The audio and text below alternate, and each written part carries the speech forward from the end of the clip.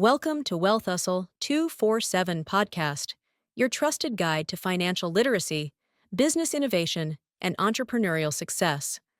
Learn how to grow your wealth, make informed decisions, and turn your ideas into profitable ventures. Your greatest investment is you.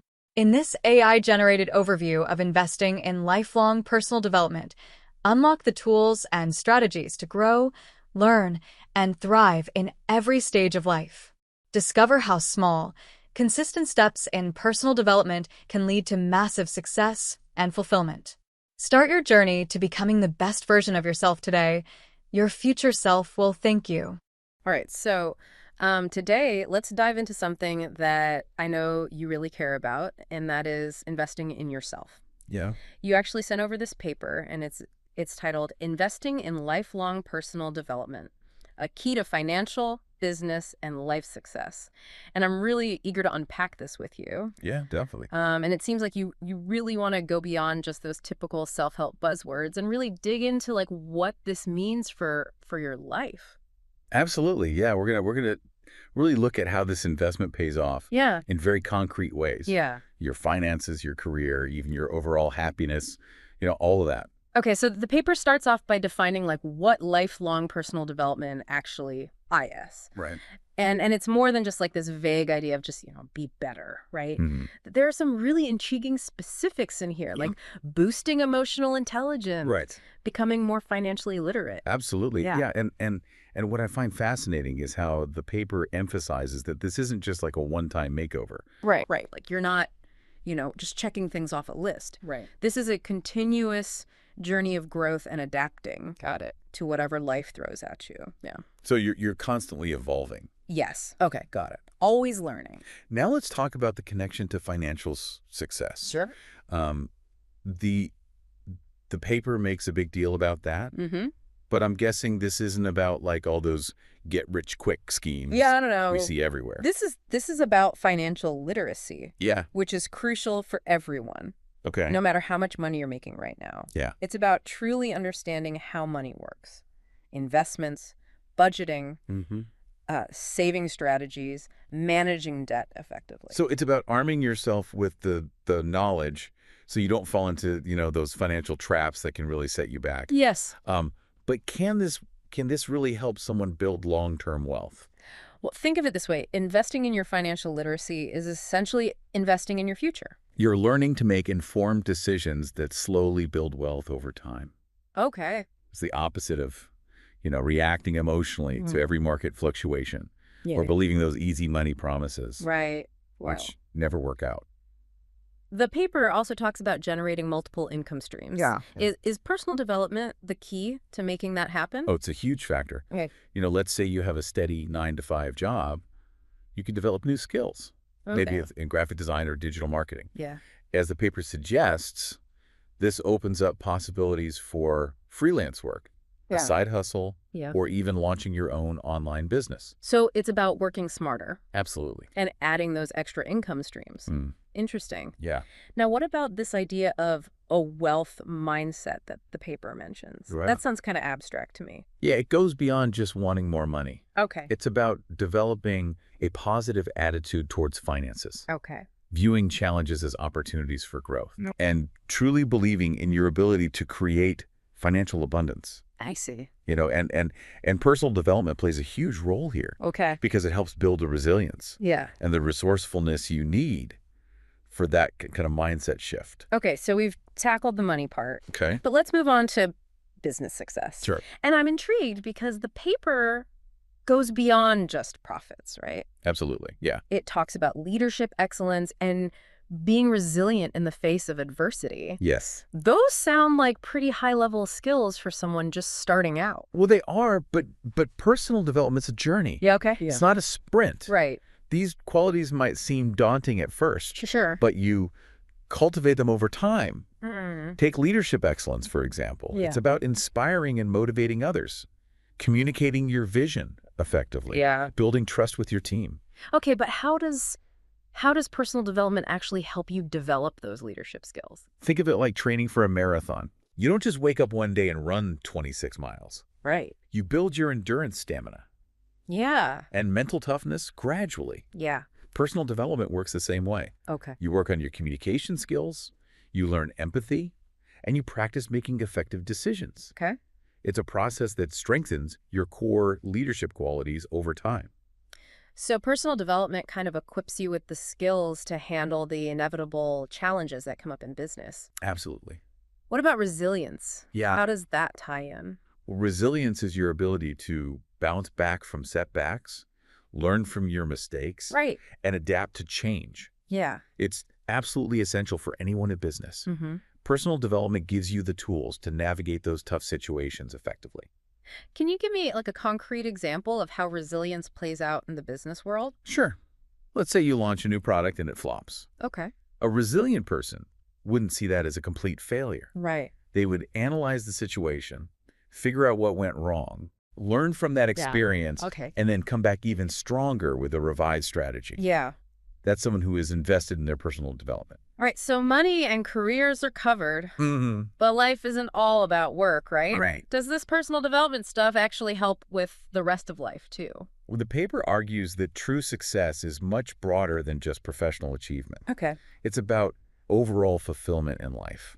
So we're talking about things like finding true love or mastering a new hobby. Those are possibilities, of course. Okay. But the paper specifically emphasizes the importance of enhancing your self-awareness, Okay. improving your relationships, and achieving that elusive work-life balance. Okay, this is where it gets interesting for me. Hmm. How does understanding your strengths and weaknesses actually translate into making better choices Yeah. in your personal relationships? So imagine this, you realize through self-reflection Okay. that you thrive on social interaction, Okay. but also need your alone time to recharge. Armed with that knowledge, you're better able to communicate your needs in relationships, Yeah. set healthy boundaries, Okay. and avoid situations that drain you. Got it. The result: more fulfilling connections with the people you care about. So it's not about becoming some idealized version of yourself. It's about knowing who you are and Right. using that self-knowledge Right. to make choices that align with. Your values and goals. Yeah, I like that. Yeah. But this all sounds great in theory. Right? Where do we even begin? Yeah. The paper does list some practical strategies. It does. It emphasizes the importance of continuous learning. Okay. And that doesn't have to mean formal education. Right. It could be reading books, listening to podcasts like this one, Right. attending workshops, or even just engaging in thoughtful conversations. That makes sense. Yeah. It also mentions skill development, but with so many skills out there, how do you choose what to focus on? That's where understanding your goals comes into play. Ask yourself, what am I truly passionate about? Mm-hmm. What skills would make me more effective in my current role Okay. or help me transition to a new career? Okay. Those are your guiding stars. Let's say someone is really interested in becoming a better public speaker. Mm-hmm. How would they apply that skill development strategy? They could join a Toastmasters group, Okay. take an online public speaking course, Yeah. or even just practice giving presentations to friends and family for feedback. Yeah. The key is to be proactive and actively seek out opportunities to hone that specific skill. The source also talks about mentorship. Yes. Why is that so valuable for personal development? Think of a mentor as your personal guide on this journey. Okay. They've been there, done that, Right. and can offer advice, encouragement, and connections that accelerate your progress. Okay, so it's like their experience becomes a shortcut for you. Exactly. All right, so we've got continuous learning, skill development, mentorship. Mhm. What else? The paper highlights the importance of self-reflection. And you've actually hit on this already. Yeah. It's so easy to get caught up in the daily rush, but taking time to pause, maybe journal, and truly reflect on your experiences, your thoughts and emotions can be incredibly powerful. It's like hitting the pause button and processing what's happening Yes. instead of just reacting on autopilot. Exactly. Self-reflection helps you understand your motivations, Yeah. identify patterns in your behavior, Mm-hmm. and ultimately make more conscious choices Yeah. that actually align with what you want out of life. I'm sensing a theme here. Yeah, A lot of this is about becoming more intentional. Yes. In pretty much every area of life. absolutely. Yeah. And that intentionality is key when it comes to setting SMART goals. Okay. Another strategy from the paper. Refresh my memory on what makes SMART goals so effective. Sure, remember SMART stands for Oh, yeah. specific, Measurable, Right. relevant, and time-bound. Yes. It's a powerful framework for setting yourself up for success. And the main idea is that by setting goals this way, you make them more actionable. Yes, And increase your chances of actually achieving them. absolutely. Yeah. Let's say someone wants to improve their fitness level. Okay. Instead of a vague goal like get in shape, Right. they might say, I want to be able to run a 5K in under 30 minutes by the end of 6 months. Ah, so much more specific and measurable. Right. It's clear what needs to be accomplished. Exactly. And there's a clear timeline, Yes. which creates a sense of urgency Yeah. and helps with accountability. I can see how that would boost motivation. Absolutely. Yeah. And here's a helpful tip. Break down those larger goals into smaller, more manageable steps. So instead of feeling overwhelmed by the thought of running a 5K, Right. you might focus on running for 15 minutes 3 times a week to start. Exactly. Yeah. Those small wins along the way build momentum Yeah. and keep you moving in the right direction. The paper also mentions networking and collaboration, Yeah. and I'm curious to explore this further. These are essential skills for success in today's world, without a doubt. Yeah. But it's not just about collecting business cards Right. or attending every industry event. Right. You're suggesting it's something deeper than that. It's about cultivating genuine relationships with people who share your interests and values. Mm-hmm. These are the connections that can provide support, inspiration, and unexpected opportunities for growth. It's about forging connections based on mutual respect and shared interests. Absolutely. But for some people, the idea of networking can be intimidating. Sure. Any tips for making it feel less daunting? Focus on finding common ground and genuinely connecting with people. Okay. Ask questions, listen attentively, Yeah. and be willing to share your own experiences and insights. And remember, networking doesn't have to happen exclusively at formal events. That's right. Right. It can happen anywhere, a conference, a coffee shop, or even online. Yeah. The key is to be open to connecting with people from diverse backgrounds and walks of life. You never know where those connections might lead. That's right. This deep dive is really highlighting that personal development isn't just about one specific area of our lives. Yeah, It's a holistic approach to growth it is. that encompasses our finances, Yeah. our careers, relationships, Mm-hmm. and even our overall well-being. It's about seeing the big picture and understanding how all these different aspects are interconnected. Absolutely. But I'm curious, what do you think are some of the most common misconceptions people have about personal development? Yeah. You know, I think one of the biggest misconceptions is that personal development is selfish Oh, yeah. because it's so focused on improving yourself. Right.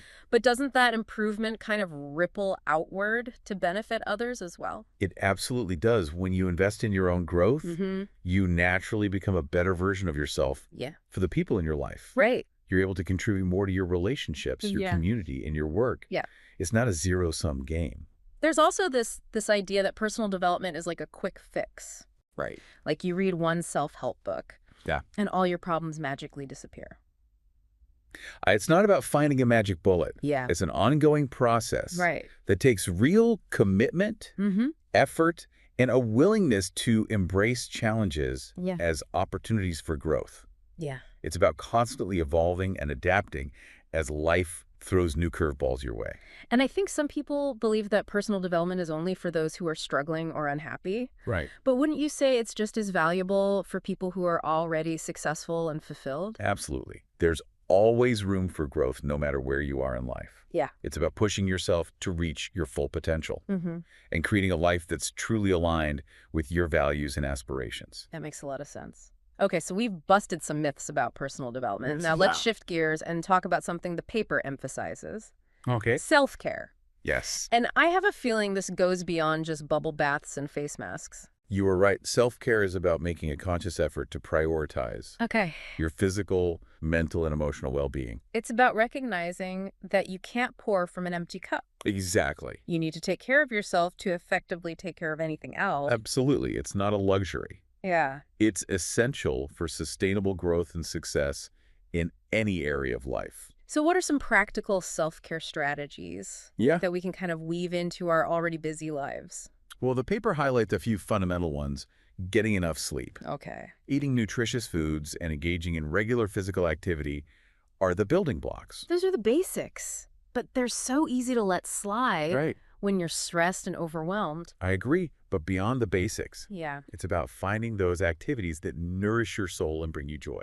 Whether it's spending time in nature, listening to music, pursuing a creative hobby, whatever fills your cup. And self-care also means setting healthy boundaries Wow. and learning to say no to things that drain your energy or don't align with your priorities. It's about protecting your time and energy Yes? so you can focus on what truly matters. Right. And let's not forget about incorporating mindfulness and stress management techniques into your routine. Things like meditation, deep breathing exercises. Exactly. Or yoga. The key is to find what works for you Yeah. and make it a regular part of your life, Right. not just something you do when you're already feeling burned out. This makes me think about the paper's focus on work-life balance. Yeah. It's something so many people struggle with. Achieving work-life balance is crucial for well-being, Yeah.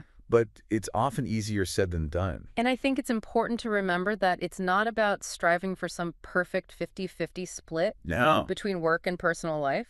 You're right. It's about finding a balance that works for you and your unique circumstances. Right. And a big part of that is setting boundaries between work time and personal time.